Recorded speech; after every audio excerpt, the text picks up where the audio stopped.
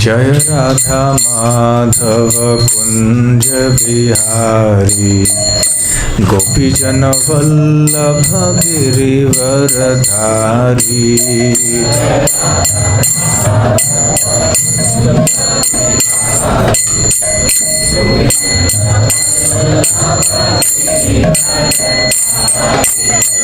Yashodanandana Braja Jana Ranjana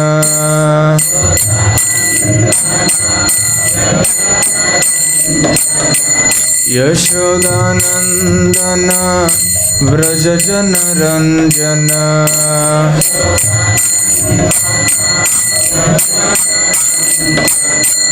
Yamuna Tira Vanachari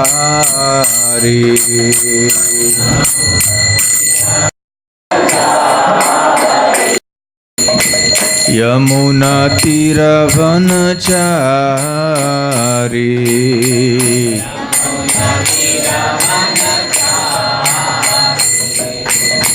Jaya Radha Madhava Kunja Bihari Gopi Jana Vallabha Girivaradhari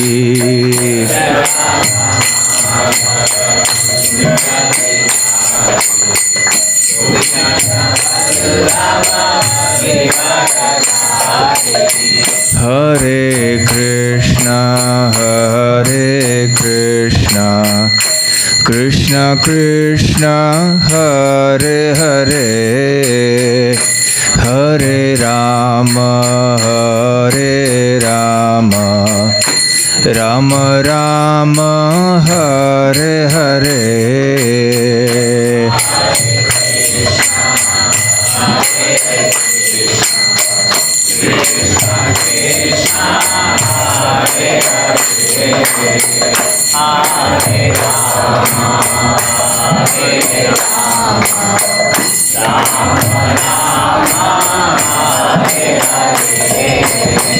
Hare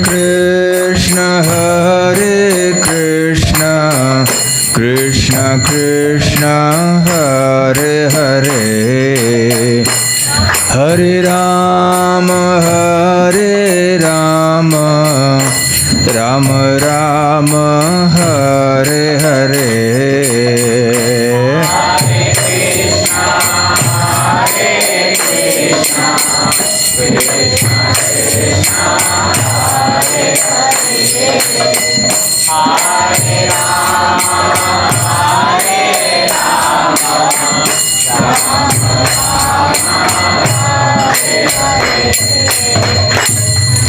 Shri Shri Nrsimhadev Bhagavan ki jai, Shri Shri Gandharvika Giridhari Shriman Mahaprabhu ki jai, Grantharaj Srimad Bhagavatam ki jai, Nitai Gaur Premanande. All glories to the assembled devotees, all glories to the assembled devotees, all glories to the assembled devotees, all glories to Shri Guru and Gauranga. Hare Krishna. Hegidre.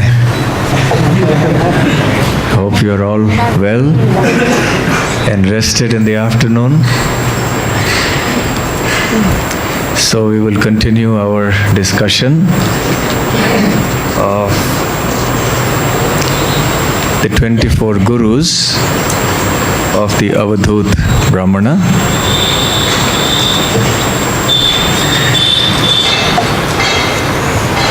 This morning we had a background and an introduction to this wonderful narration, and we began the conversation between the Avadhuta and King Yadu.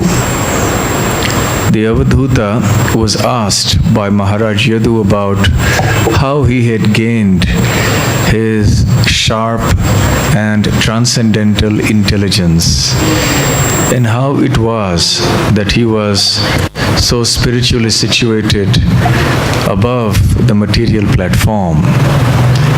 And King Yadu, or rather the Avadhuta, began to explain that he had 24 gurus and he had learned different lessons from each of them. So the first of the gurus was, as we heard this morning, the earth.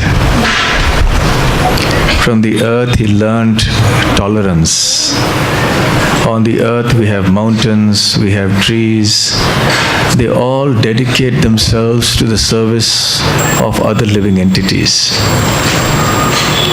And we should also follow in the footsteps of the earth, the mountains, and the trees, and try to be tolerant when others misbehave with us. And we should try to dedicate our lives to the service of others. So much so that the Avadhuta mentions that one's life should be exclusively intended for the benefit of others. This is completely saintly behavior.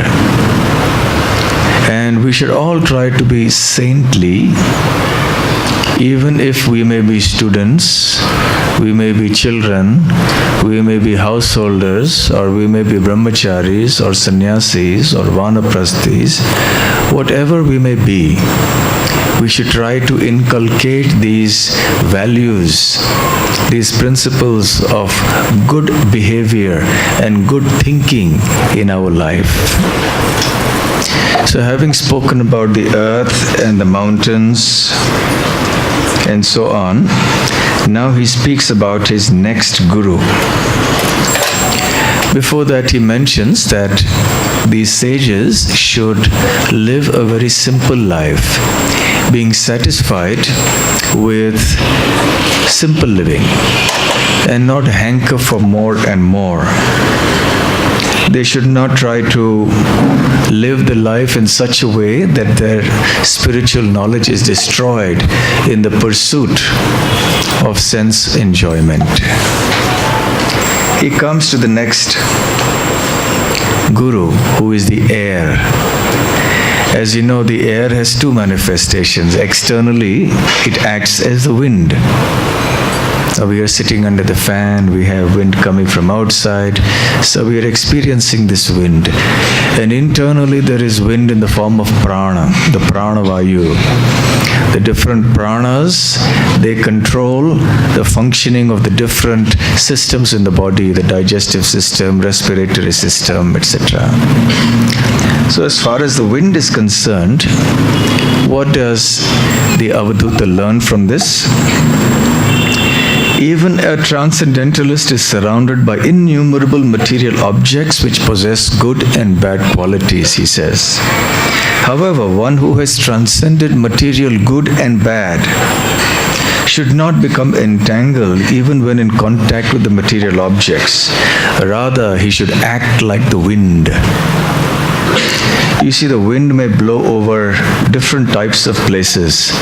Sometimes the wind blows over a waterfall, and then the wind may carry forward droplets of water and spray it on us, and it is very refreshing.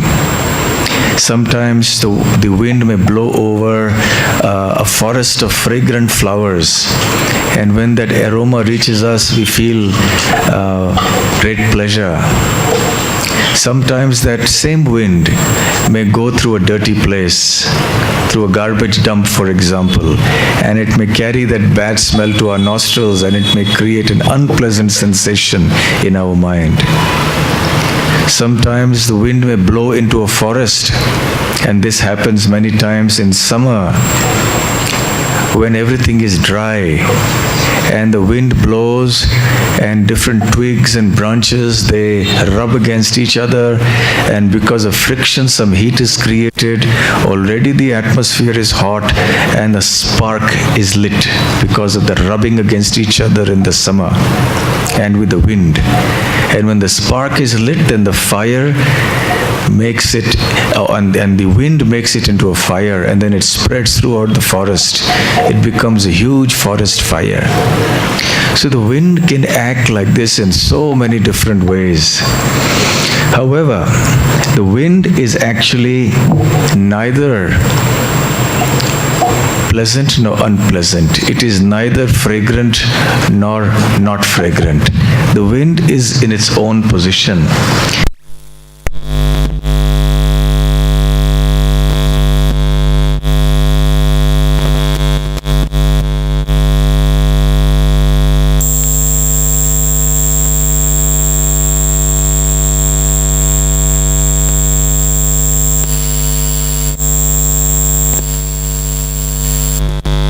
He brings, we should be happy and satisfied in that.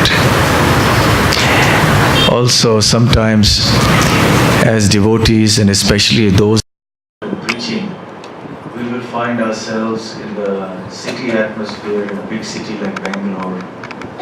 Lots of crowd, noise, pollution. Sometimes we may be in the countryside, in a beautiful setting. So devotees should be detached. One time when Srila Prabhupada was in one of his new temples, they had purchased a grand structure which used to be either a church or palace or something. And one reporter came and asked him that, why do you need to have such big structures to live in? As a saint, can you not live very simply? So he replied that actually, I am happy living anywhere. I was living in Vrindavan in a very small room in Radha Damodar Mandir. And I used to go to the Yamuna for bath. I was very happy sitting and living in that small room. I could have lived there for the rest of my life. For a retired person who is spiritually minded, for a sannyasi, what better place is there than to live his last days in Vrindavan? But I came here to follow the instructions of my spiritual master, to spread the teachings of Sri Chaitanya Mahaprabhu to everybody. So whether I am sitting in Vrindavan or sitting in this palace here, for me it makes no difference. Either way, my purpose is to serve Krishna, to serve Gauranga Mahaprabhu, and to spread his message everywhere. And then he said finally, in any case, suppose I was sitting in a small tree, under a small tree, would you have come to me to ask me these questions? You are coming to me because you are attracted by this big building, this palace, this castle, and so on.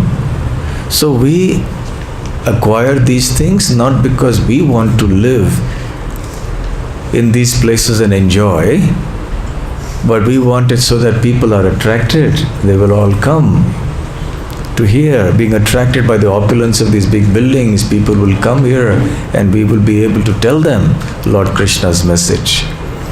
So Srila Prabhupada meant to say that as a devotee, he was completely detached from his external circumstances. Sometimes he would be in a modern metropolis, which was very unpleasant for him. Sometimes he would be in his beloved Vrindavan. Sometimes he would be in the rice fields of Mayapur, relishing the stay there. But he was completely detached. So one should learn from the blowing wind the art of moving throughout the material world without attachment. He further goes on to say that although a self-realized soul may live in various material bodies while in this world, experiencing the various qualities and functions, he is never entangled. Just as the wind which carries aromas does not actually mix with them. So just as the wind doesn't mix with the fragrance or the bad smell of the environment, although it appears so, but it is situated separately. It moves through, carrying whatever it happens, whether it's fragrance or bad smell. Similarly, the Krishna conscious person is aware that he or she is the spirit soul, not the body. And the soul may be going through so many transformations of different types of bodies. And even within the body, there may be so many transformations of boyhood, youth, old age, and so on. But the soul remains always transcendental. So therefore, one should not consider a devotee of Krishna, especially according to material designation. One should know that he or she is an eternal servant of Krishna. The next guru after earth and air is sky. You know, sky is the 8th element of material nature. Bhumi apanulavayu kam mano buddhir evacha ahankara iti yamme bhinna prakritir ashtadha. So Lord Krishna describes this material nature as ashtadha prakriti. 8, the prakriti or nature of 8 divisions, starting with 5 gross elements, earth, water, fire, air, ether, and 3 subtle elements, mind, intelligence, false ego.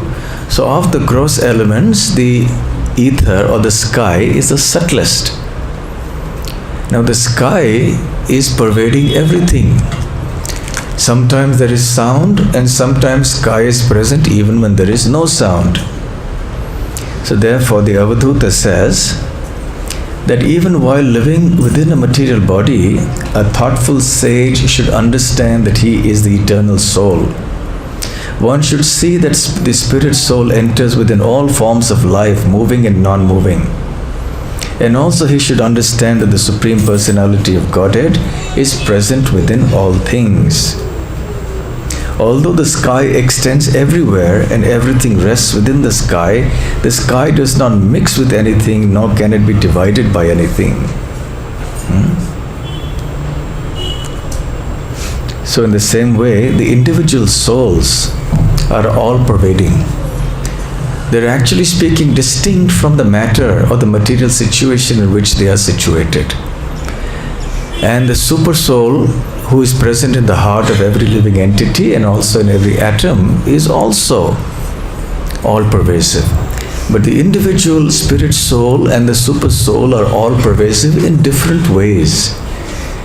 The same individual spirit soul is not all pervasive. A given individual soul is present only in one body, at one location. But many individual souls are present in many different bodies all throughout the creation. In that sense, the individual soul is considered all-pervasive. As far as the Supreme Lord is concerned, he is all-pervasive because he is the one same Supreme Soul who expands himself to be present in the heart of every living entity and in every atom. So although everything is resting on the spiritual energy, still they are distinct from that.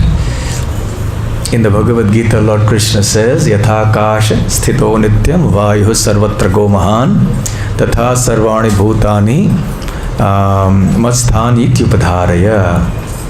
Everything rests upon the sky. The sky is the foundation for everything, but still it doesn't get entangled or it doesn't mix with everything. In the same way, everything rests upon me, the Lord says. Even though the mighty wind blows clouds and storms across the sky is not implicated. The sky remains as it is, as the foundation. Similarly, the soul is neither changed nor affected by the contact with the material nature. His spiritual nature is never affected. In contact with matter, the soul comes under illusion, but the soul doesn't change. Just as when we are dreaming and sleeping that I am a king, in the dream I imagine something that is not true. But at the same time, I am still the same person lying in my bed, dreaming. I do not change. So similarly, the soul in contact with matter is a foundation for everything but does not change. The next guru of the Avadhuta is water. He gives a beautiful analogy of how a saintly person is like water. Swachha prakritataha snigdho madhuryas tirthabhurnrinam Munihi punatya apam mitram iksho sparsha kirtanaihi. So the saintly person is just like water because he is swachchaha. He is free from contamination. His heart is clear and pure like fresh water. Also, snigdhaha, he is soft-hearted and gentle by nature. And thirdly, madhuryaha, his speech it creates a very gentle vibration, just like the flowing of water. How many of you have sat on the bank of a river or on the shore of an ocean just listening to the sound of the water? How many of you have done that? Yes? It is a very pleasing kind of a sound. Our head pujari from Mayapur, the very famous devotee Jananivas Prabhu, was mentioning one time he was in Jagannath Puri sitting on the shore, on the beach, the sea beach. And he said, I was sitting there for 2 hours, 3 hours, just watching the waves come and go and hearing the sound of the waves. The gentle sound, not in the storm, but the gentle sound of the water as it came rushing in and then as it receded from the shore. He said, you can sit there for hours and come to many deep philosophical conclusions, just hearing that sound and looking at the waves coming and going. So we can learn many things from nature. So there's a pleasing sound. Similarly, when you're sitting on the bank of a river and the sound of the water as it rushes by can create a very pleasing sensation.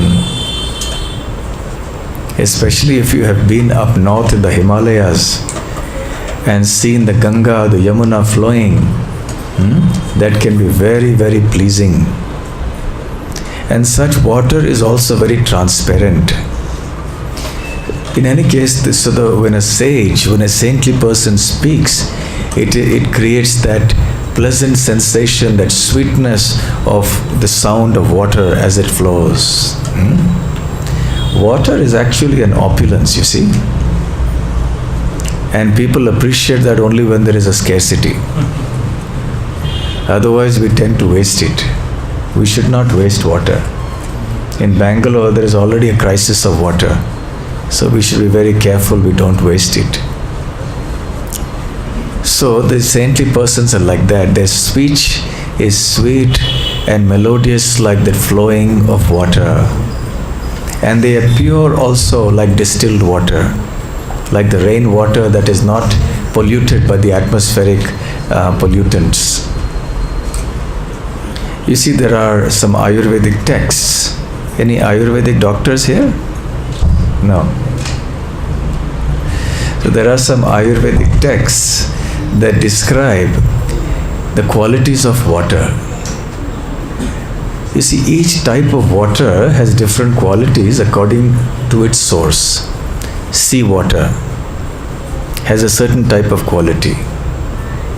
Water from a well, water in a stagnant lake, water that falls from the sky through the clouds, water from a stream, water from a spring that comes out of the earth, water from a river that is flowing. All of these have different qualities. And in that book, which I remember reading many years ago, it says that the best water, the purest water, is that which flows down from a river, flows down from the mountains in a river and dashes against the rocks and then moves further on. So you can imagine in your mind such a situation. It's a very pleasant sound. It comes, dashes gently against the rocks.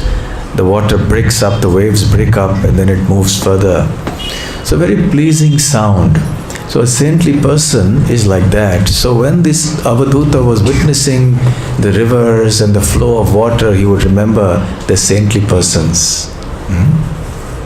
Elsewhere in the Srimad Bhagavatam also we see, you have seen bulls sitting on the roadside or anywhere? How do bulls sit? Very grave. They will sit at one place, very grave. I remember we were once in Jagannath Puri and we were on the main road that links the Jagannath temple to the Gundicha temple. And right in the middle of the road, there was this bull, huge bull, gigantic bull. And he was sitting there completely oblivious of all the cars around him, every honking people, he doesn't care. Sitting there majestically, peacefully closing his eyes and sitting. And people are trying to avert him, going this way, that way, everybody's honking to move this way, left, right, crowds of cars and rickshaws and people coming, going, but he's least concerned, sitting there peacefully. So it reminded me of that passage from the Bhagavatam, in which these bulls are compared to the sages who are sitting deep in meditation, completely transcendental to the world, oblivious of whatever is going on in the world. So these bulls are compared to that. So similarly, when you look at various objects and phenomena, you can think of some saintly persons. So the Avadhuta is thinking of saintly persons by looking at water. And he says, just by seeing, touching or hearing a saintly person, the living entity is purified, just as one is cleansed in contact with water. So water has a purifying property. Similarly, a saintly person also has a purifying property. Who remembers a song of Narottam Das Thakur about the Vaishnava Thakur? Darshane pavitra karo ei tumhara gun, Gangara parasha hoile paschate pavan. He says if one bathes in the Ganga, then one can get purified. But merely by looking at a saintly person, one gets purified. So in this way, the saintly person is like water. When you see water, you should remember a saintly person. Just as water purifies us, a saintly person also purifies. Thus a saintly person, just like a holy place, purifies all those who contact him, because he always chants the glories of the Lord. Next, he speaks about the next guru, who is fire. We are seeing fire every day, we see water every day. What lessons do we gain from this? So what is the lesson that one can gain, that Avadhuta has gained from fire? He says, saintly persons become powerful by execution of austerities. Their consciousness is unshakable because they do not try to enjoy anything within the material world. Such naturally liberated sages accept foodstuffs that are offered to them by destiny, and if by chance they happen to eat contaminated food, they are not affected, just like fire which burns up contaminated substances that are offered to it. So fire is so strong and pure that it can burn up contaminating agents. You see, in the Shastras, there are many purifying agents mentioned. Can you mention some of the purifying agents? Water we have already mentioned. Wind is supposed to be a purifying agent. Fire is a purifying agent. Cow dung is a purifying agent. The memory of the Lord is a purifying agent. Yes? So fire is also a purifying agent. It takes up, it destroys any contaminating agent that may come in contact with it. Similarly, an exalted Paramahamsa, devotee of the Lord, is not affected by any contaminating influences that may come in touch with him. Rather, that contaminating influence will be either destroyed or purified. So such a great person is always transcendentally situated. It is not affected, just like fire is not affected by anything contaminating. So even though Maya tries to defeat the great saintly person by offering different allurements, but the saintly person is never affected by these things. Another way in which the fire resembles a saintly person is that sometimes a fire is concealed, as when it burns very quietly through the embers of the ash or the coal. And sometimes it is seen, it reveals itself as a blazing fire. So similarly, a great saintly person sometimes hides himself, in the sense that he does not reveal what a great devotee of the Lord or how elevated a transcendentalist he is. And sometimes he may reveal himself. Just like fire sometimes reveals itself and sometimes it doesn't. The example that comes to mind is of Jada Bharat. You know that Jada Bharat, in his previous life, or the life before that, previous to previous life, was King Bharat. He was a very exalted devotee on the platform of Bhava Bhakti, but somehow or the other, he became attached to a deer. And because of that, he had to take a deer in the next birth as a deer in the next life. And the life after that, he got birth in a Brahmana family. But he was conscious of his previous two lives. And therefore he resolved that he would not make that mistake that he had made as King Bharat. So he remained detached from the world. And he pretended as if he was a madman. And whenever his elders and others tried to instruct him, he would do the opposite, so that people would think that he was mad. And then they would avoid his company. And he was happy with that, because he knew the more I associate with people, the more I will become attached and affected by such association. So he was wandering here and there, and King Rahugana, the king of Sauvira, happened to be passing by on his palanquin, and one of his palanquin bearers were sick or injured, so they needed a replacement. And the palanquin bearers happened to see Jada Bharat in the distance. He was well built, he was young, and he seemed to be the ideal person who could be the replacement. So they ordered him to come and carry the palanquin of the king. So he agreed. And as the palanquin was moving, whenever he saw ants on the path ahead, he applied the emergency brakes. So he immediately stopped, because he did not want to step on the ants and kill them. So when 4 people are carrying a palanquin, if one of them suddenly stops, what happens? The other 3 are moving and one stops. So there is a jerk, and the person sitting in the palanquin will be practically falling out of the palanquin. So the king was furious. He said, "What are you people doing?" They said, No, Your Highness, it is not our fault. It is the fault of this new person." So he lightly reprimanded him and said, "Don't do this again." But each time he saw ants, Jada Bharat would stop. When this happens a second time, a third time, then Rahugana became furious. And he started reprimanding and insulting Jada Bharat with harsh words, insulting words. That is a beautiful dialogue in itself, and we don't have time to discuss that today. At that time, Jada Bharat heard him quietly, and then he started speaking. Thus far in his life, most likely he had not even begun speaking, he had not spoken at all. He had not spoken transcendental wisdom. He was acting like a foolish person, like a madman. He had hidden himself. He had hidden his transcendental advancement. But now when the opportunity arose, he revealed himself and he spoke transcendental wisdom.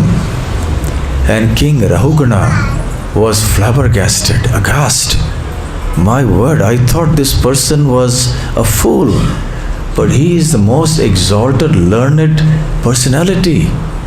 He immediately got down from the palanquin and offered full obeisances to Jada Bharat and begged forgiveness from him and asked for further instructions. And Jada Bharat spoke spiritual knowledge to him. So in this way, just like fire can sometimes be concealed and sometimes it reveals itself, similarly a saintly person may sometimes keep quiet and not let others know how much he knows, and sometimes he may speak when the situation demands. It is said that A fool is not recognized till he opens his mouth. Isn't it? You have heard this saying? Similarly for saintly persons, a great saint is also not recognized till he opens his mouth. It works both ways. So the fire is something like that. And another way in which the fire is guru for the Avadhuta is that you see fire is latent in different types of wood. Why is it that when you rub wood together or when you light a little fire to the wood, then it starts burning? Why is that? If you burn, let us say, metal or burn something else, it may not burn. But wood catches fire, it burns. Why? Because fire is latent. It is latently present within the wood in a dormant capacity. So it can be awakened. So there are different types of wood which have different latent capacities of fire. So different woods will burn differently with different strength when they are lit with fire. Similarly, the super soul enters into the bodies of different living entities. Some of these entities are in the mode of goodness, some of them are in the mode of ignorance. But the Lord is present in everyone, and according to the nature of those living entities, they will display those qualities. But the Lord is present everywhere. Vishwanath Chakravarti Thakur explains that although fire is present within smoldering wood, it blazes forth when we stir the wood around. Similarly, although the personality of Godhead is indirectly present everywhere, when we chant and hear His glories with love and devotion, the Lord is stirred into manifestation and directly appears before Him. Sometimes when we invite people to come to the temple, they say, God is everywhere, why should I come to the temple? Have you heard this argument before? How would you answer this? If you invited somebody to the temple to come here, and he said, God is everywhere, there is no need for me to come, what would you reply? Yes. Like there is water vapor everywhere, but we cannot drink it. So God has manifested Himself so that we can perceive Him. Yes, God has manifested Himself so that we can perceive Him in the temple. That's right. You see, when these people say that God exists everywhere, what is the need for me to come to a temple? The question we ask them is, yes, indeed, God exists everywhere, but do you have the power to see Him everywhere? Do you actually realize that He's everywhere? Or you're just simply saying this because you read it somewhere, you heard it somewhere, and you just want to give an excuse for not coming? He is indeed in every atom, but you do not see Him in every atom because we don't have that vision. Just as fire is present in the wood, you can't see the fire there. But when you light the fire and you fan it, then the fire arises, you can actually see it. So when we come to the temple, the Lord is present in the form of the deity. When we come to the temple, we come to the association of devotees who are faithful, who chant the glories in the names of the Lord together. And that chanting and glorification process is like the fanning process. And then the Lord who's within our hearts, who's everywhere, will start manifesting. He will start appearing. He is latently present in the heart of every living entity, but we don't remember Him, we can't see Him. So that is the reason why it is very important for us to come into the association of devotees. The next guru is the sun, Surya.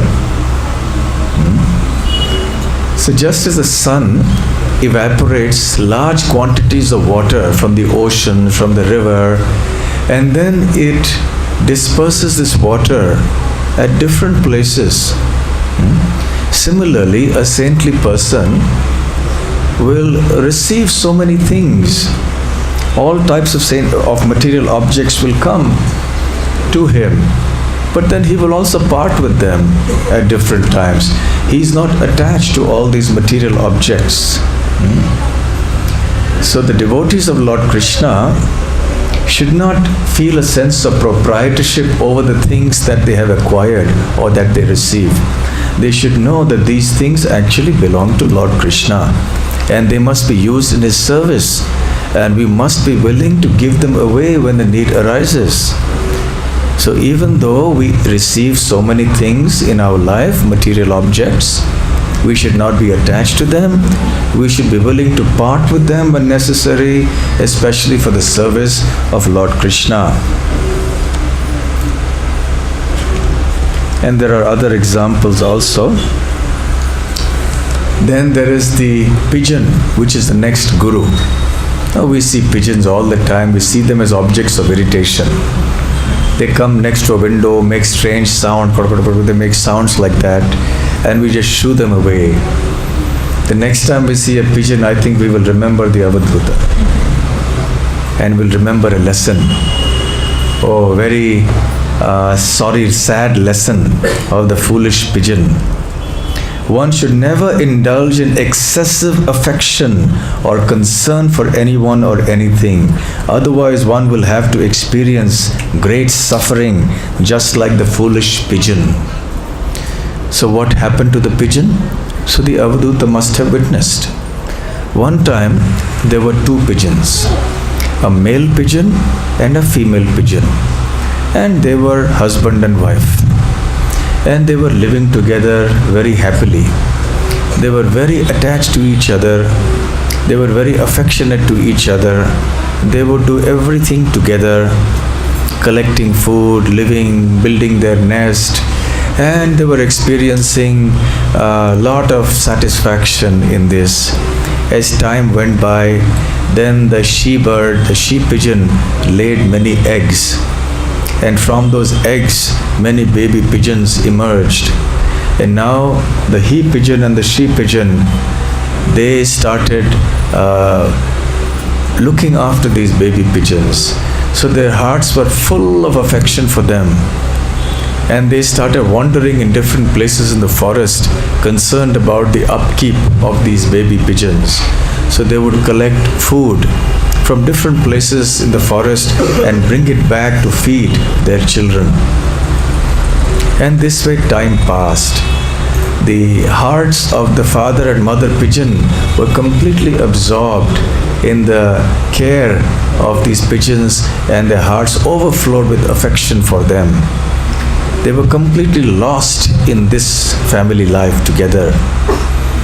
And one day what happened is that when the father and mother pigeon had gone out to fetch food for the baby pigeons, at that time one hunter came there, and he saw that in the tree there were these baby pigeons who were just going up and down trying to learn how to fly. They were not yet in a position to fly.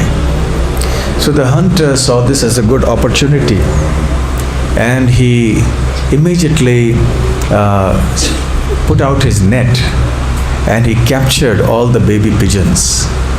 At that time, the mother pigeon came in and she saw what had happened, and she was in extreme anguish, and with great lamentation she jumped into the net because she lost her intelligence. She said, what is happening to my children? My children are being taken away and killed. So she jumped in, and she was also trapped in that net. And then soon after that, the father pigeon came, and he saw that condition. He saw the situation there. And then he also began to lament, and he was lamenting very much. Oh, what happened? My wife, my beloved children are all gone. They are on the verge of death. Oh, what a bad destiny I have. And he was lamenting and so on. But what could be done? And he lost his intelligence in that lamentation, and he also fell into the net. So the entire family of pigeons was in this way destroyed. So the Avadhut Brahman, what lessons does he learn from him? He says, the hunter, of course, went away carrying all the pigeons with him. So the lesson that the Avadhuta learns from this is, one who is too attached to family life becomes disturbed at heart. Like the pigeon, he tries to find pleasure in mundane sex attraction. Busily engaged in maintaining his own family, this miserly person is fated to suffer greatly along with his family members. The doors of liberation are opened wide to one who has achieved human life.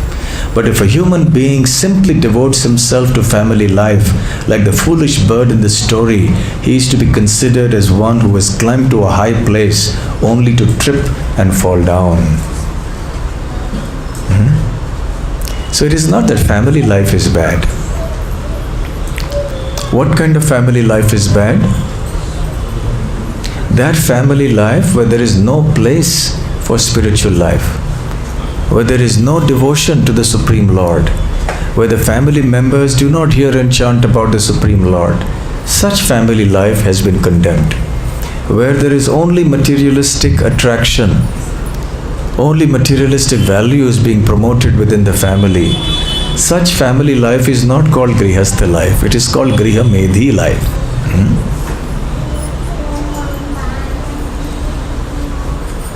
Actually, there are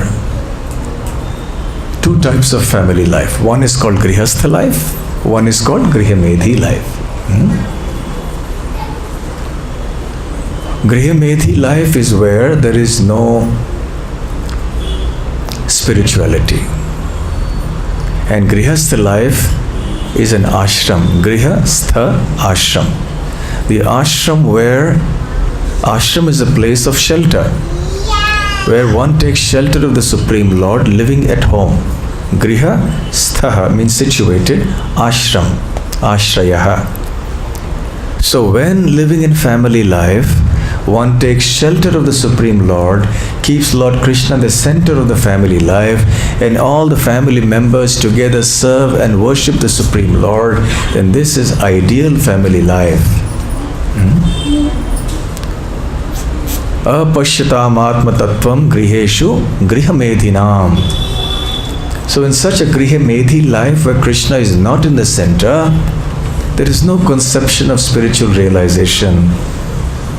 So what is being condemned here is not bona fide grihastha life. What is being condemned here is grihamedhi life. Life where there is no Krishna consciousness in the family at all, and where one is completely engrossed, similarly, just simply in worldly affairs, in family attachments and activities. And one has nothing higher in life than that. So one can learn this from the example of the pigeon. So the Avadhuta has learnt that pigeon is also my guru in a negative way. We can learn negative lessons, we can learn positive lessons and negative lessons also. And the next guru, having discussed probably 8 gurus now, he talks about the python, Ajagar. The python is also a guru for the Avadhuta. Why? You see, because the python depends upon destiny for food, does not endeavor much. For example, there are certain types of pythons which just sit with the mouth open, and whenever food comes, it comes, otherwise it stays hungry. This is called Ajagara Vritti. Similarly, a saintly person should not be very anxious about getting food all the time. Where will I get my next meal? Hoarding mentality, accumulate more and more. Whatever comes of its own accord according to destiny, the saintly person is happy to take. You see, it is only the human beings who have this mentality to accumulate things and to hoard things. The birds and the animals do not have this mentality. In the Ishopanishad purport, Srila Prabhupada mentions very nicely that if you leave a sack of grain on the street and go away, the pigeons and the other birds will come, they will take whatever few grains they need to eat and they will go away. But if a human being comes there, what will he do? He will look left, look right, nobody is coming, lift it and take it away and hoard it for the next many months and years. So this tendency is there in humans. But for certain types of saintly people who follow this Ajagara Vritti, they just depend on this. Whoever gives me food, I will take. If it doesn't come, I'll see that it's the Lord's arrangement.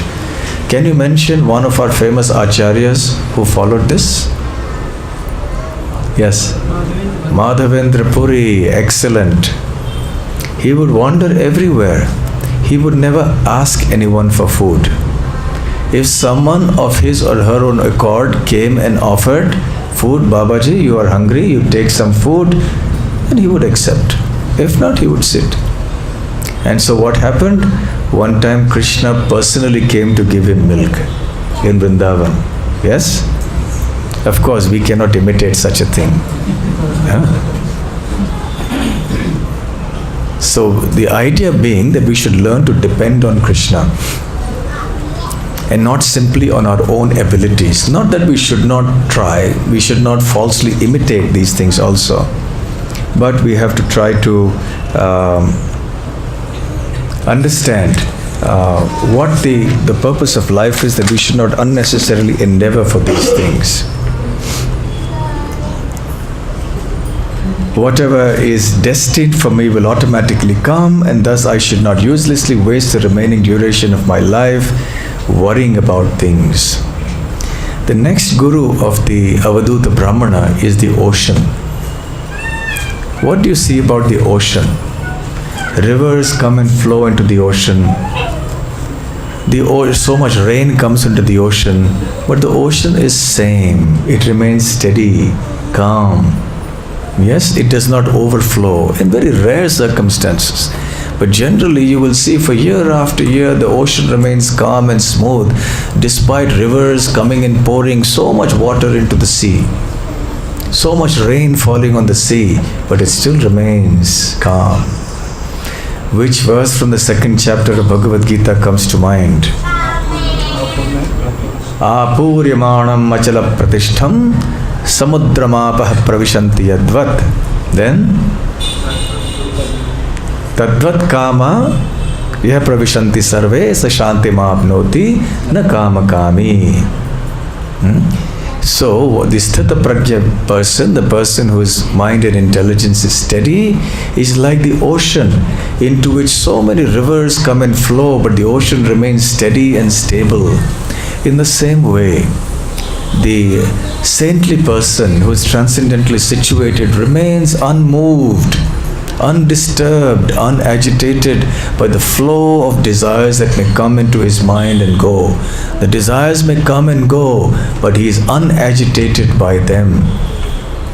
So this is the lesson that the Avadhuta learns from the ocean. Also, that stability means that one should not become elated when one receives desirable things, and one should not become distressed when one does not receive these things. There should be equanimity of mind. So in our day-to-day life also, we will experience both these things. Sometimes we will get what we desire, and sometimes we will not get what we desire. So we should not become very overjoyed when we get something that we have wanted, the latest mobile phone, we become very happy. Or if we don't get it, then we become very sad. No, we should become equipoised. Not that we should become careless and negligent and lose our things. But if they happen to come of their own accord or go of their own accord, we should be equipoised. The next guru is the moth. Do you know how the moth lives? The moth is a particular creature that lives only in the night, and it gets attracted by light and especially by fire. Whenever the moth sees fire, he rushes towards the fire because of his blind attraction for the fire. Actually, the moth is running towards its death. But the attraction of the flames of the light is so strong that the moth loses his intelligence, is not able to understand that I'm actually going towards my death. So he goes and rushes headlong into the fire and he dies. So in this way, the Avadhuta explains that for a person who cannot control his senses and who is attracted by various material forms in this world is like the moth. Because this form of bodily attraction on the material platform brings us closer towards spiritual death. Even material death, because ultimately when death comes, then we forget everything.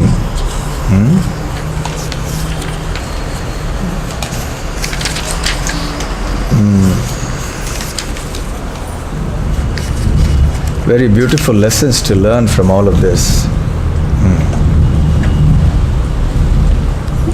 So especially what the Avadhuta is referring to here is the attraction between the opposite sexes, between the opposite genders. So one has to be very cautious about this, because this can pull one's consciousness down. It can divert one's consciousness from spirit to matter, and we become entangled and absorbed in this thing. And we all know very well how the whole world is plunged into this consciousness. Everywhere you see, especially as the years go by, now it is becoming more and more so. The gross bodily conception of life. Earlier at least things were a little reserved, but nowadays, even in South India where things used to be more cultured before, now things are more and more degrading like anything. The way people dress, the bodily conception of life, the way they carry themselves to attract other people, the cinema, the television, the way people talk, everything around us is just meant for attracting everybody else. You see, one should not dress simply to attract. Yes, one can be presentable, one should be neat, etc. But not that the purpose of one's life is to just dress and attract and be very attractive to other people and disturb their minds. There are many factors that cause the problems that we are seeing today. There are many unfortunate, tragic social events that are happening now, where young children are also being molested in ways that are too horrible to even mention or even think of. So why are these things happening? Because we are living in a civilization that is raising the fire of sense gratification, raising the temperature. Everywhere the atmosphere around us is oriented towards increasing bodily attraction, increasing bodily consciousness. And therefore the sense control is impossible for ordinary people. In the ancient times, there was some Ajamila here and there, one rare Ajamila you could find. But Srila Prabhupada mentions that nowadays there are Ajamilas loitering in hundreds all over the streets. That is the nature of the modern times. So we have not taught them to become saintly. We have not taught them to control their senses, or even told them why they should control their senses. We are encouraging this, saying, yes, these are all natural things and you should allow them to happen. Freedom and liberty is a sign of the modern times, and we should be allowed to fulfill whatever desires we may have. So when you go too much in that direction, without any spiritual knowledge, without any spiritual guidance, what is going to happen?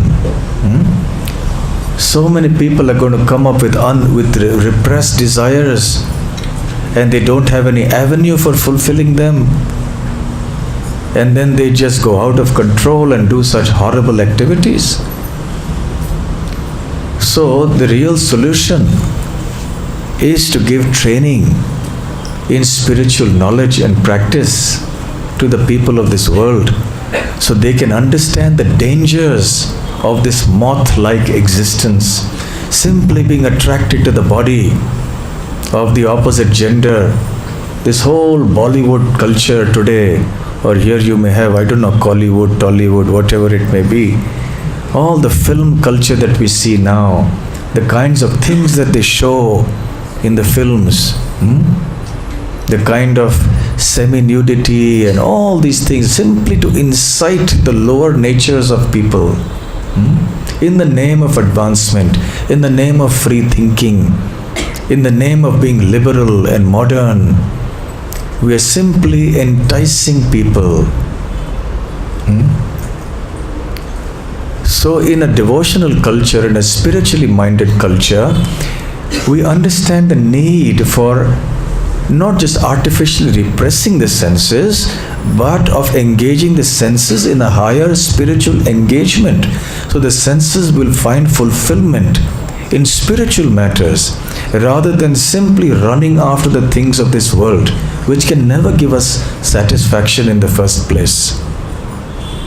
So when we are trained, when the civilization, when the society around us is such that it helps us to create that higher consciousness, then these sorts of incidents will not happen like this.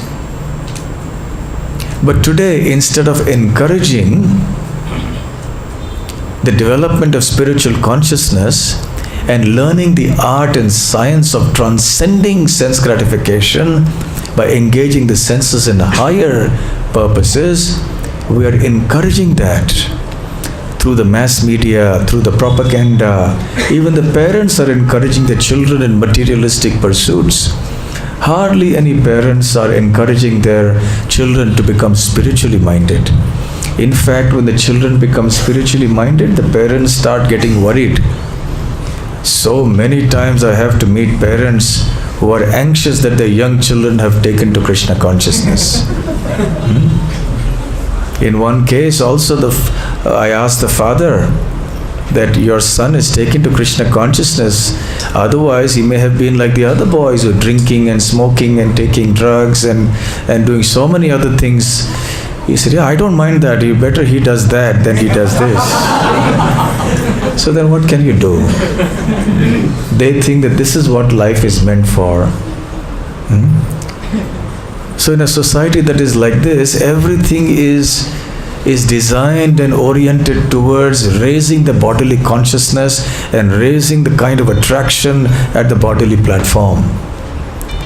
And therefore the cosmetics industry, the dressing and the way the people dress in such a titillating way to just agitate everybody's minds, this is creating havoc in the society. It is cheating the people away from the highest welfare and the benefit in their life, which is Krishna consciousness. It is making people tightly bound in material consciousness and making their consciousness fall to lower and lower levels.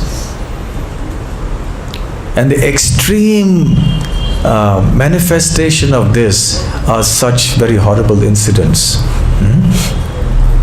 So there should be restraint. Self-restraint.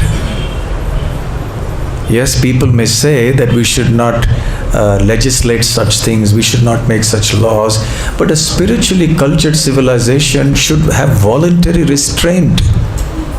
We should understand what kind of appearances we should have when we go in the public. We should not do things in a way that agitate the minds of people around us. And when there are some protests that, these things also happen because the atmosphere has become so sensuous, because people are talking, speaking, dressing in such a way that it agitates the mind. We should not do that. Then many people who fancy themselves to be modern, they criticize this as being backward and regressive. This is very unfortunate. And many people put the argument that doesn't matter how people dress, how they behave, what they talk, what is shown on television or in the cinema, people should restrain themselves.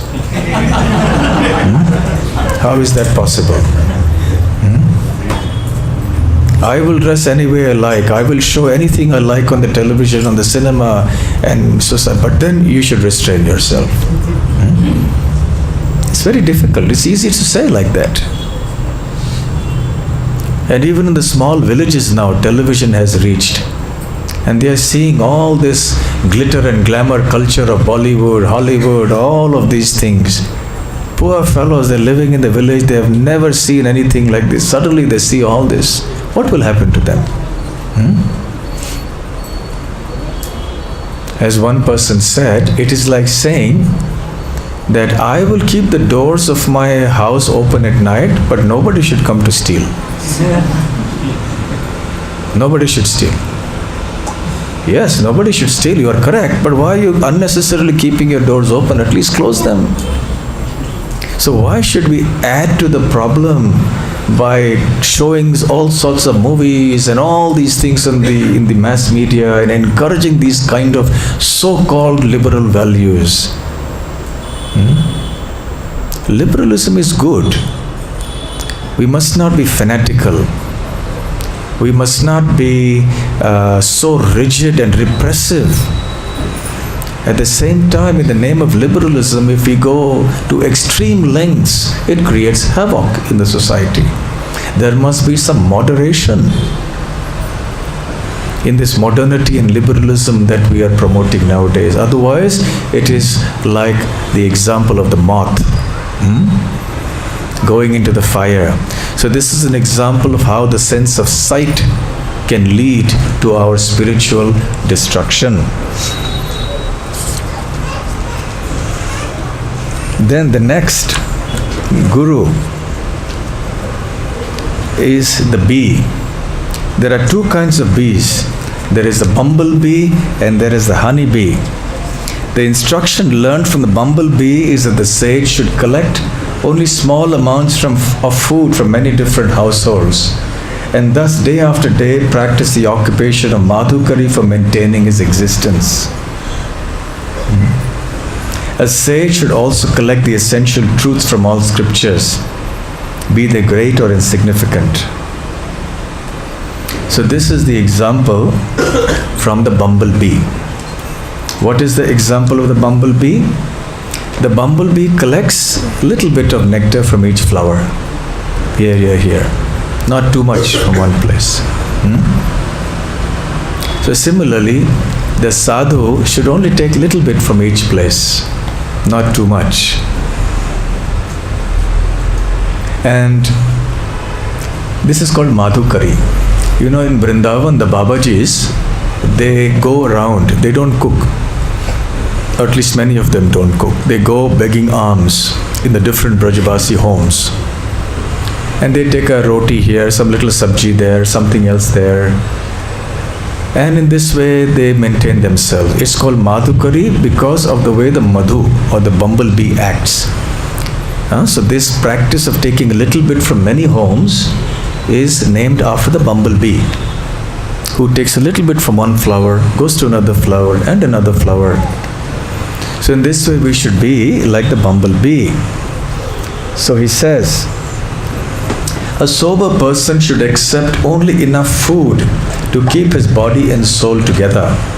He should go door to door accepting just a little bit of food from each family. Thus he should practice the occupation of the honeybee. Vrittim madhukarim munihi. This is where the word madhukari comes from the Srimad Bhagavatam. Vrittim madhukarim munihi. And he goes on to say, just as a honeybee takes nectar from all flowers big and small, an intelligent human being should take the essence from all religious scriptures.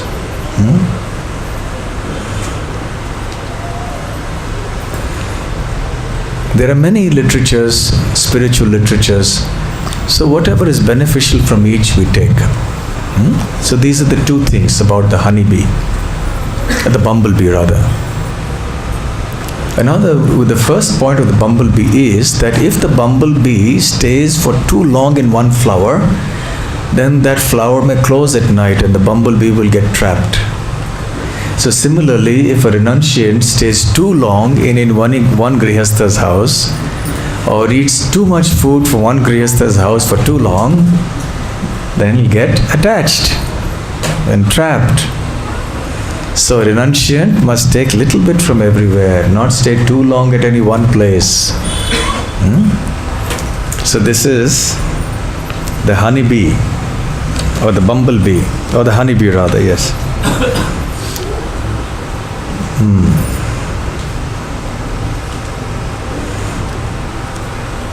There are two types of honeybees, those who collect nectar from the flowers and those who actually manufacture honey in the beehive.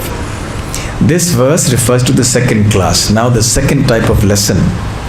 A saintly person should not think, this food I will keep to eat tonight and this other food I can save for tomorrow. In other words, a saintly person should not store foodstuffs acquired by begging. Rather, he should use his own hands as his plate and eat whatever fits on them. His only storage container should be his belly, and whatever conveniently fits into his belly should be his stock of food. Thus, one should not imitate the greedy honeybee who eagerly collects more and more. Don't worry. I can see many anxious faces. But for those sadhus who eat a lot but don't do work, Prabhupada didn't have very kind words to say about them. He said there used to be one saying in his time in English, in India, big, big monkey, big, big belly, Ceylon jumping, melancholy. He says this big monkey, big monkey, big, big belly. So this big monkey eats a lot and gets a big belly. And when he's asked to jump to Ceylon, Sri Lanka, like Hanuman did, melancholy, becomes very sad. Oh, I cannot do such things. So similarly, a saintly person or a sadhu, one who's living, doing madhukari, living on the charity of others, should not simply just beg food and live a comfortable life, because the grihasthas are working hard to maintain their livelihood. So he is taking food from them and not doing any service, not doing any preaching, just sitting and enjoying life, eating and sleeping. So when he said, you're a sadhu, you will do madhukari, you will take prasadam from grihastha's homes, all right. But you should also serve, you should also preach, you should study shastra, you should do seva. He said, no, melancholy, Ceylon jumping, melancholy. So a sadhu should not be like that. So in this way he talks about the bees. There are two types of bees. Brahmara refers to that honeybee who wanders about from flower to flower, and the makshika is the honeybee who accumulates more and more honey in the beehive with great attachment. A saintly mendicant should be like the Brahmara, because if he imitates the makshika bee, his spiritual consciousness will be ruined. So this point is repeated. The next guru is the elephant. Just like for the moth, the sense of sight became the cause of death. For the he-elephant, the desire to touch the she-elephant becomes a cause of death. The hunters, they capture an elephant in a very interesting way. They keep a she-elephant who they already have, and she's tied up, so she can't move anywhere. And then the he-elephant, from a distance, he sees the she-elephant and he wants to go there to touch her. As he rushes towards her, they have dug some big pit in front and covered with leaves, so the elephant cannot see the ditch. And as he moves towards that she-elephant, he falls into the ditch and he cannot come out, and he is captured. So in this way the hunter captures the elephant. So in this way also the same point is repeated as with the moth. But there it was a sense of sight. Here it is the sense of touch that is engaged. So here also one should be expert in avoiding such unnecessary attractions and live for the higher pleasures of the Lord. And then there is the honey thief. You see, the honeybees, they work very hard to accumulate honey. And then somebody comes along and takes all the honey away. The bees have worked day and night to make that honey. And then some human being comes along, scoops out all the honey, takes it away and sells it in the market. The bumblebees are left like that. So what is the lesson to learn here? Huh? Can't save anything. Can't save. He can't save anything. Okay, let us see what he says.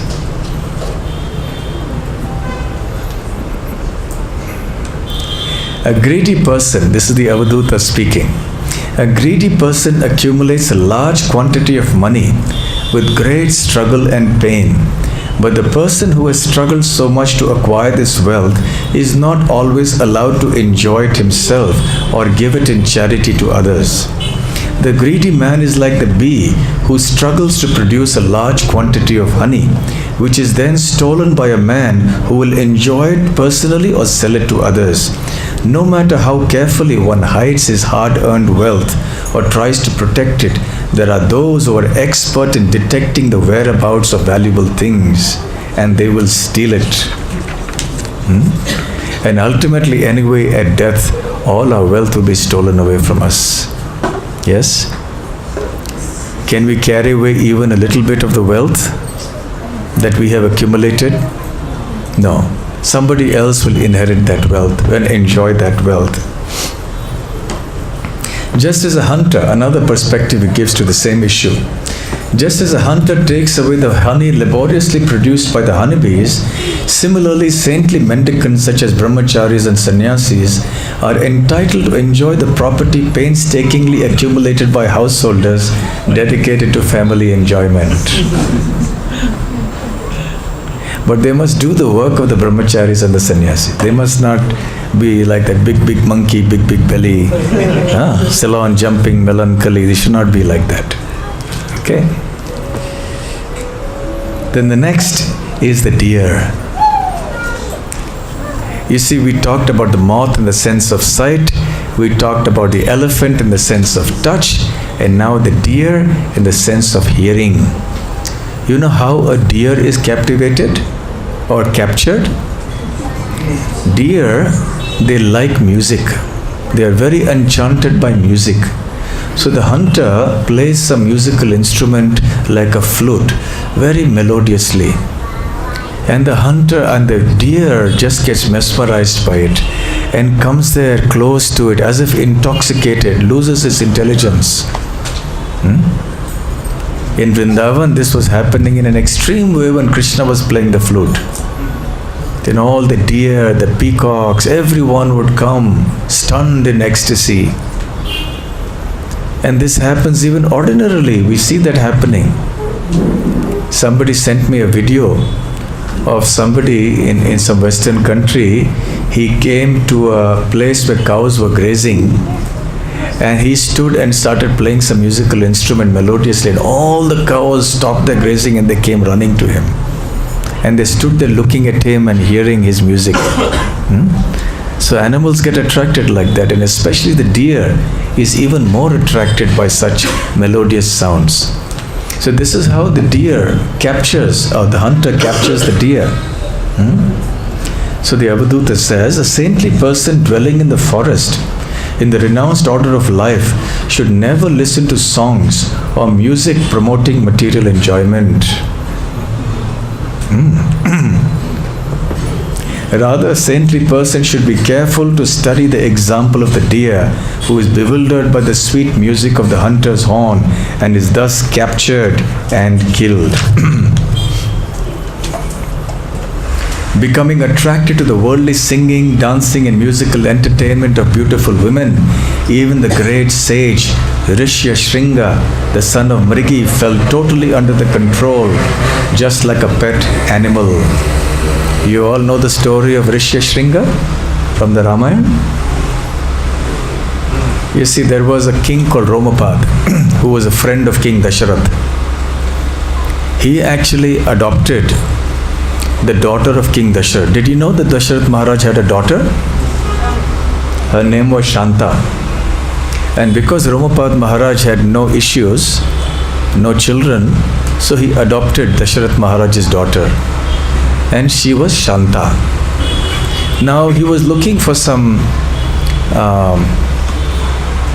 appropriate person for his daughter to marry. But in the meanwhile, what was happening was there was a famine in the country for many years. And the sages suggested that you should entice this brahmachari called Rishya Shringa to come. The moment he comes into your kingdom, there will be rainfall. So how to bring this Rishya Shringa here? That was the question.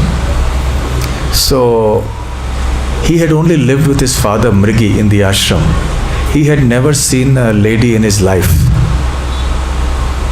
So they sent ladies, Romapad Maharaj sent ladies dressed as men. And then they sung beautiful songs, and by hearing those songs and being in their company, he got very enchanted, and without telling his father, he left with them. And he entered the kingdom of King Romapad. And as soon as he entered, it started raining. So the Maharaja's, the king's purpose was fulfilled. But the point being made here is that he should not have been listening to such mundane music and entertainment. So this applies not just for brahmacharis and sannyasis, but it applies for all those who are seeking spiritual advancement, so even householders. So all of you should also be careful. You don't have to go for Bollywood, Hollywood, all these cinema songs and other forms of music and entertainment. We should stay away from them. Because they will distract us. They will degrade our consciousness. So here is how by the sense of hearing it can lead to our fall down. So we saw the sense of sight, the moth, the sense of touch, the elephant, the sense of hearing, the deer. And now next, the fish, the sense of taste. How that can lead us to problems. So the fish is also the guru of this Avadhuta. Let us see how. Just as a fish, incited by the desire to enjoy his tongue, is fatally trapped on the fisherman's hook, similarly a foolish person is bewildered by the extremely disturbing urges of the tongue and thus is ruined. So how does a fisherman catch a fish? He has a fishing rod and there is a hook, and on the hook he places a worm, and then he lowers that into the water, and the fish wants to taste that worm. That is food, delicious food for the fish. So the fish goes and puts its mouth on that worm, and then it gets trapped, and the fisherman lifts the fish out of the water and the fish dies. So running after food creates havoc. Jivera lalasai je iti utidhai shishnodara parayana Krishna nahi pai. In the Chaitanya Charitamrita we hear Jivera lalasai, just to satisfy the tongue, the person who runs here and there, always desiring to eat luxurious and delicious foodstuffs. Shishna and Udara Parayana, he becomes a servant, he becomes dedicated only to the belly and the genitals, and in this way he forgets Krishna, he cannot do a spiritual life. So therefore a spiritual aspirant must always be careful to control the tongue. One should not eat indiscriminately. Therefore there are many things we are allowed to eat and many things we are not allowed to eat. In general. And also, there are certain occasions and certain days where we are expected to fast. Like on Ekadashi, we don't eat certain things. On the appearance days of the avatars of the Lord, or the disappearance days of certain acharyas also we fast. So these are ways to control the tongue. Otherwise, a sense of taste can also lead us to destruction, to spiritual destruction. So he says, although one may conquer all of the other senses, as long as the tongue is not controlled, it cannot be said that one has controlled his senses. However, if one is able to control the tongue, then one is understood to be in full control of all the senses. So, in the Nectar of Instruction also, Srila Prabhupada has given many things. He also mentions that the tongue, the belly and the genitals are all in one line. If one controls the tongue, automatically belly, genitals will also be controlled. So controlling the tongue is very important. So we must not be bewildered by the sense of taste. We must regulate it in Krishna consciousness. The next guru of the Avadhuta is Pingala, who was a prostitute. And one night she decorated herself and she was waiting for someone to come. But nobody came. She waited, and then she developed some frustration. I've been waiting so long and for my livelihood, and nothing is happening. Nobody is coming. I'm not getting any customer who will come. And then as the night passed, her frustration evolved into a sense of renunciation. And then she understood, just for the sake of some temporary material pleasure, I am undergoing so much distress, asha hi paramo dukkha, that the desires are simply the cause of unlimited suffering and pain in this material world. Therefore, one should learn to avoid all sorts of desires for sense gratification. So she gave up her hankering and she engaged herself in thinking only of the Supreme Lord, and her mind achieved the supreme platform of peace. The instruction received from her is that hopes for sense gratification are the root cause of all suffering. Can you repeat this sentence after me? The hopes for sense gratification are the root cause of all suffering. So this the Avadhut Brahman learned from Pingala. Therefore, only one who has given up such hankering can fix himself in meditation upon the personality of Godhead and achieve peace. And then finally, in the 9th chapter, the remaining gurus. The first is the Kurara bird. The Kurara bird also, he learned that attachment creates misery. This Kurara bird was a small bird. Somehow he happened to get hold of some piece of meat. So he was about to enjoy it. At the same time, there was a hawk in the distance. And hawks have very good vision. So the hawk saw this piece of meat with this smaller bird, and he immediately swooped down with great speed to get that meat. And because the Kurara bird was holding that meat, he definitely would have killed that small bird also. So when the Kurara bird saw this hawk coming with great speed, he understood, I better give up this meat. He gave up the meat.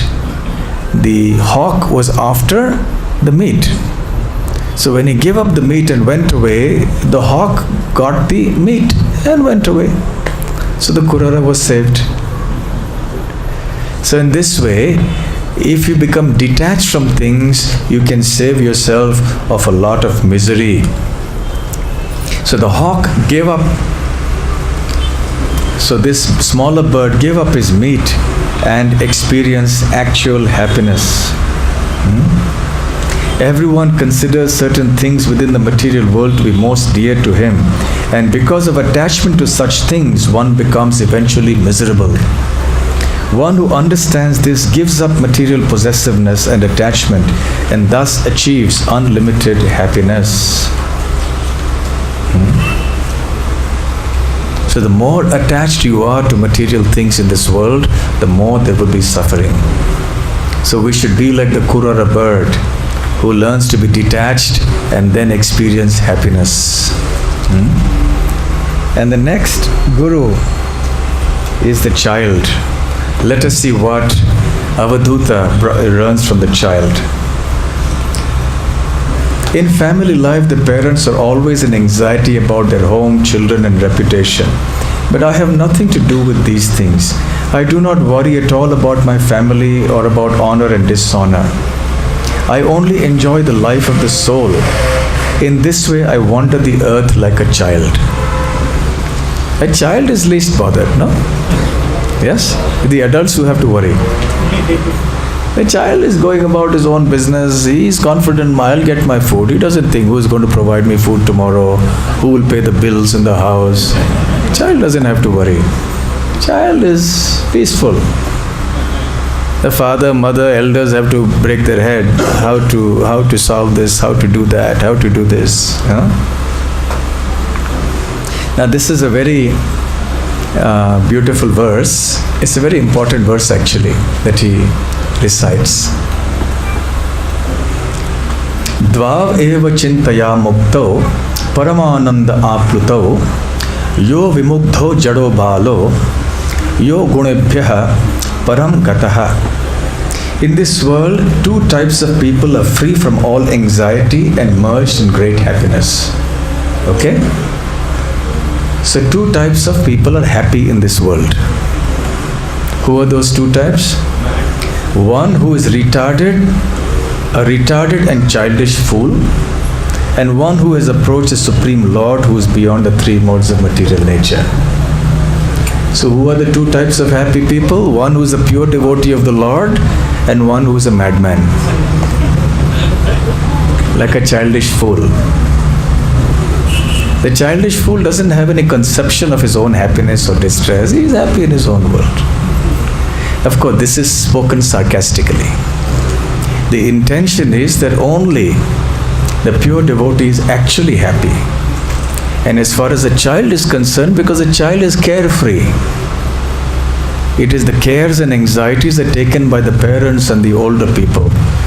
So in that sense, the Avadhuta is thinking, I want to be like a child because I will be carefree. And then the next guru is a young girl. This young girl, she was of marriageable age. And it so happened that some families came to see her, to see if some match could strike. So the boy's family came to see prospective suitors. And it also happened that her family members had gone out of the house and she was alone in the house. So she made those suitors sit down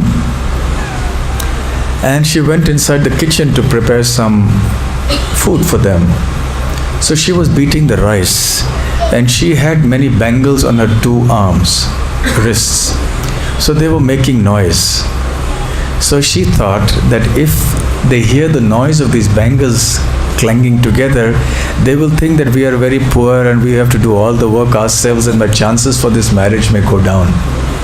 So she removed one bangle from each arm. But still there were others. So she removed one more. There were 2 and 2 on both hands. Still there was clanging noise. So she took out one more and there was only 1 and 1 on each. Then there was no sound.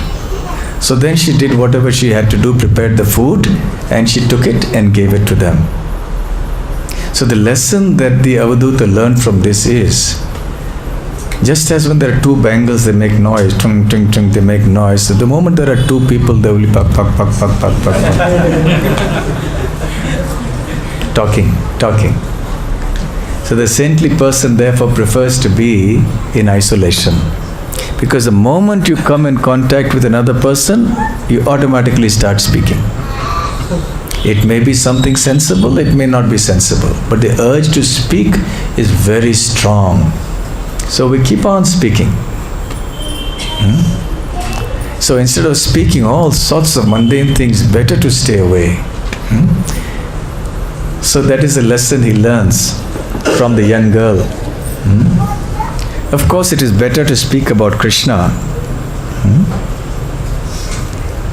The next lesson is from the arrow maker.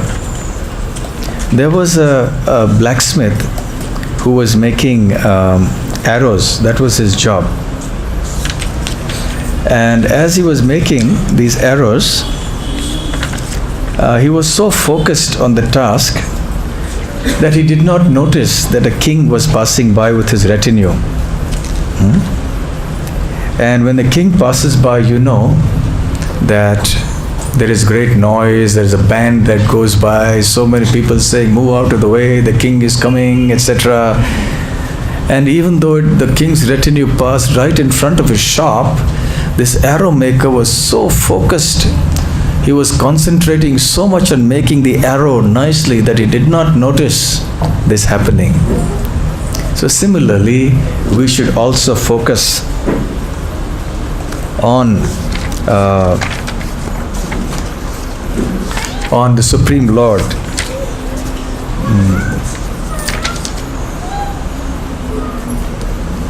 Yes. So, who was so absorbed in constructing an arrow that he did not even notice that the king was passing right by him on the road. In the same way, one must strictly control one's mind, concentrating it on the worship of Lord Hari, and not be distracted by so many things. The next guru of the Avadhuta is the serpent. The sage should wander alone and not live in any pre-arranged place. He should be always very careful and grave and should not reveal his movements and take assistance from no one and speak very little.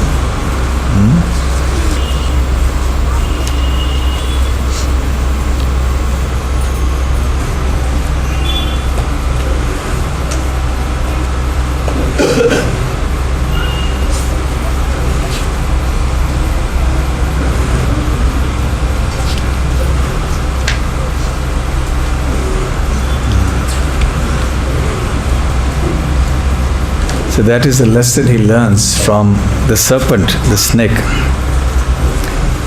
Then the spider. The spider weaves its web. And then he traps so many insects. And then ultimately he brings the web back into himself. In the same way, the Supreme Personality of Godhead, he creates this entire cosmic manifestation and he ultimately winds it back within himself. So when the Avadhuta sees the spider, he remembers Krishna. How Krishna creates this material cosmos. He runs it for a while, and so many entities are trapped in Maya, like the insects who get trapped in the web, and then he withdraws it altogether. Because of less time, I'm trying to go through a little quickly. And the weak insect, finally, there is a weak insect who, out of fear of the wasp, concentrates his mind on his enemy, and then in his next life he gets a body like that. He goes into the hole in the wall and the wasp is trying to get inside, and out of great fear, this little insect is focusing his entire energy on that wasp. And because he thinks so much about that insect, he gets a body like that in his next life. So similarly, as devotees, we should focus our mind, not with fear, but with love, on Krishna.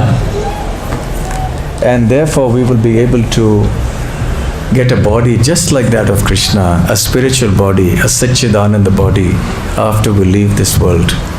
We won't have to take birth again in this material world and take a material body, which is the cause of all suffering. Now, we could have gone into a little detail into all of this, but I'd like to leave a few minutes for questions.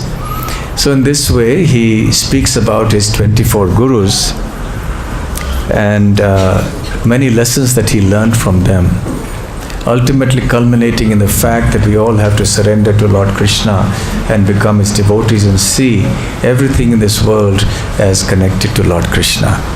So we'll stop here. Are there any questions? We have about 10 minutes more. Hare Krishna. Thank you for wonderful class. Related to that bumblebee example, you explained that how Bhagavad is very careful not to spend more time in each and every flower so that it doesn't get trapped. And you also quoted an example related to the brahmacharis. How is that? How can we relate it in our in Grihastha ashram? Those instructions were specifically meant for those living renounced lives. Those instructions were specifically meant for that. But at the same time, the lessons that Grihasthas can learn also is that we also should not become too attached. Not that as Grihasthas you should go and eat in everybody's house. Like Grihasthas, you are supposed to eat in your own house. Sometimes, yes, you go to other people's homes, they invite you, you invite them. So that is bhunkte bhojayate chaiva shadvidha priti lakshanam. That is fine. But for renunciants, they have to go out and take food other places. So these instructions are especially for those in the renounced orders of life. Okay? Any other questions? Yes. Thank you for such a wonderful class. Maharaj, regarding that pigeon analogy which was given about the attachment to the people. So when it comes to the devotee association, is it valid for devotees as well? That we also get attached to devotees? This was specifically about family life. The pigeon's example was about mundane family life, where one is engrossed in materialistic affairs in family life, and one is completely devoid of spiritual consciousness, where there is no spiritual goal, there is no spiritual atmosphere in the house, there is no glorification of the Lord at all in the house. That is the kind of family life that is illustrated in the example of the pigeon. But as I mentioned earlier, if in family life Lord Krishna is the center of that family, then such family life is glorious. As we see in the case of Srila Bhakti Vinod Thakur, who had so many children, 12 or 13 children he had, but he was a pure devotee. And he had such a devotional atmosphere in his house. Jedin grihete dekhi, jedin grihete bhajana dekhi, grihete goloka bhai, he says. When I come home and see Krishna consciousness in the house, I see chanting of Krishna's names and the songs being sung in my house, I see Goloka Vrindavan. So a devotee Grihastha's home can be made into Goloka Vrindavan if Krishna is truly kept in the center. That is the idea. So every home must be like that, like Goloka Vrindavan. Like Vrindavan, that is real family life. Every family in Vrindavan loved Krishna more than they loved their own children. This is the special feature. Krishna was in the center of their life. And everybody, the father, mother, children, everybody loved Krishna. That is real family life. So that kind of family life is glorious. Okay. From morning session. From morning session can we ask? Morning session, yes. Any question? Mic here.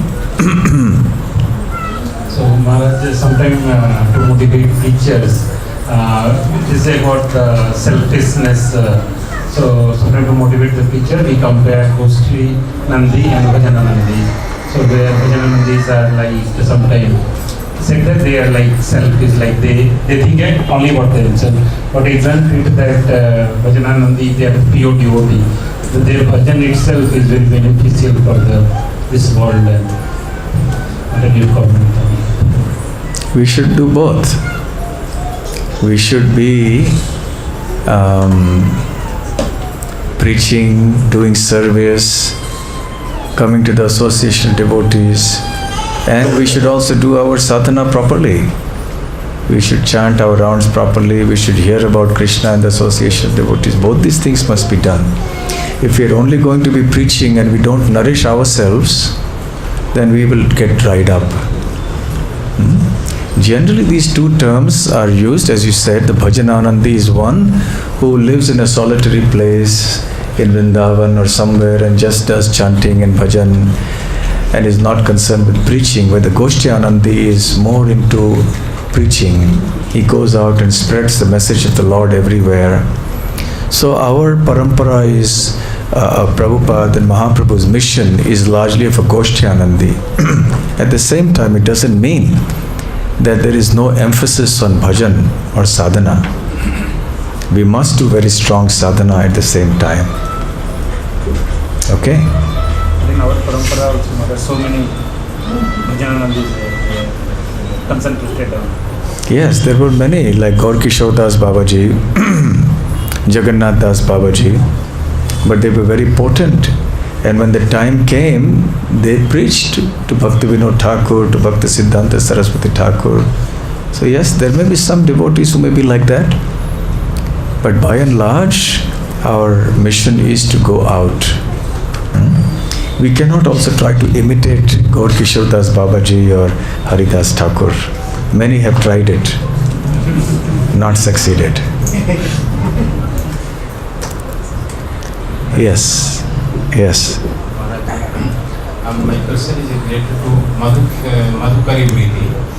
As you told that saintly persons in the old days goes house to house and collecting some small food, whatever he gets from there. So, but what about that purity of the food? It may, because What about the purity of? the food? Because You speak the mic, yeah? he cannot get the offered food here, no? So because as what we the same type of our mind. Yes. You see this the mindset of the person. in Vrindavan, you take from the Brajabasis, you know.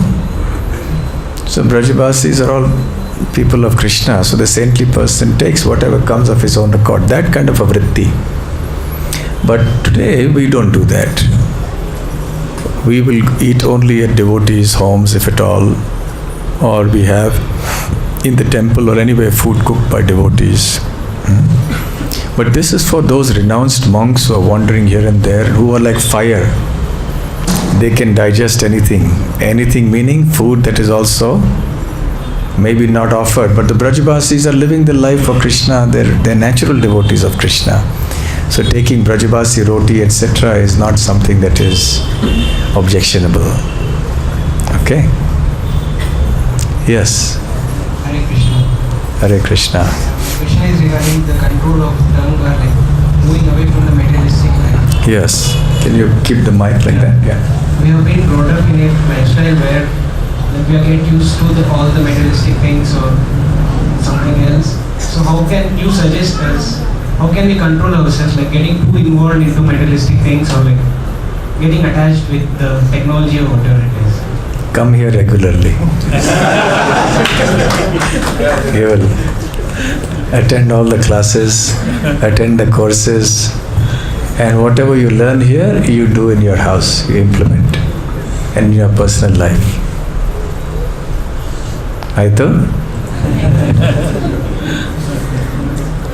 Yes. Krishna Maharaj. Maharaj, today's 24 gurus are giving many instructions to follow in life. One may get overwhelmed with all this instruction. So, how at our level to process all this instruction and move forward, Maharaj? We have the basic instructions that Srila Prabhupada has given. We should follow them. Reading Srimad Bhagavatam, reading Bhagavad Gita, if you keep on reciting them, reading them regularly, discussing them, thinking about them, chanting the holy names, doing other forms of devotional service, automatically all these things will be assimilated. We have to do these things repeatedly, not just once in a while. Then they will remain in the forefront of our mind. Okay? Yes.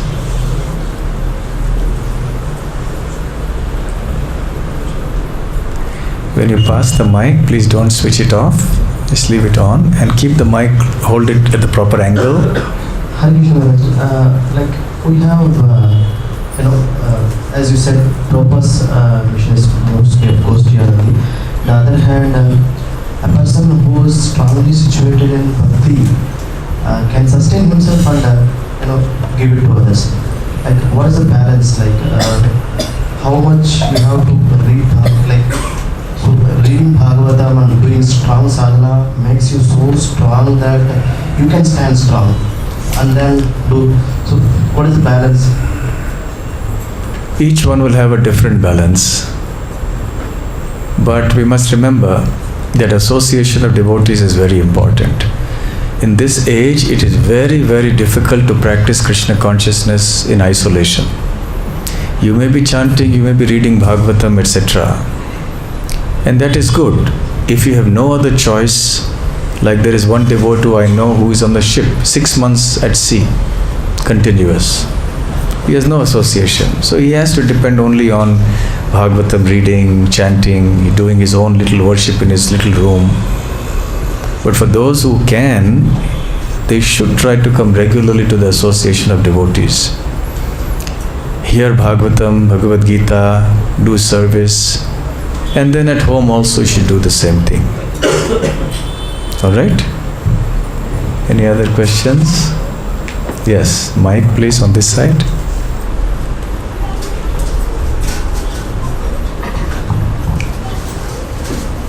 Hare Krishna Maharaj. As a woman, when we play the role of a wife or a mother, so there's that natural affection and attachment with the husband and the child. So if the husband and child are devotees, is that attachment okay? Having that attachment with them? As you said, it is natural. But it should not become excessive.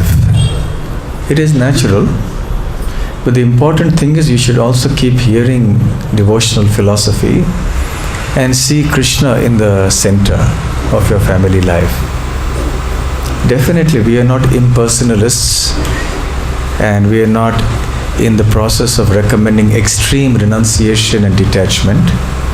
It is natural that in family life there will be some attachment, and that to some degree that attachment is necessary and helpful in keeping the family together and in keeping that good atmosphere in the family. So yes, that is okay. At the same time, be careful it doesn't become excessive, number one. And number two, that there is Krishna in the center. So the attachment should not only be restricted to the bodily platform. It should be also centered on hearing and chanting about Krishna together, serving Krishna together. So Krishna should be in the center of that family life. So these things should go on side by side. Alright? Okay, so we will stop here. It is 8 o'clock. So thank you very much for your kind and patient attention. I'm very happy I could come here to the Bhakti Center in Whitefield, Marathahalli. And the next time I come to Bangalore also, I will try to come here and be with all of you. And meanwhile, please continue on with all your devotional activities here. I'm very happy to see so many devotees coming here. And for all the devotees here who are looking after this center, Harikshetra Prabhu and the whole team and your core team of devotees and others, my best wishes also.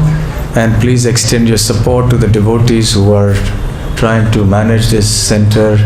Try to help in whatever way you can, offer your services, and progress ahead in Krishna consciousness together, and help many others also come to Krishna consciousness. Srila Prabhupada ki Jai.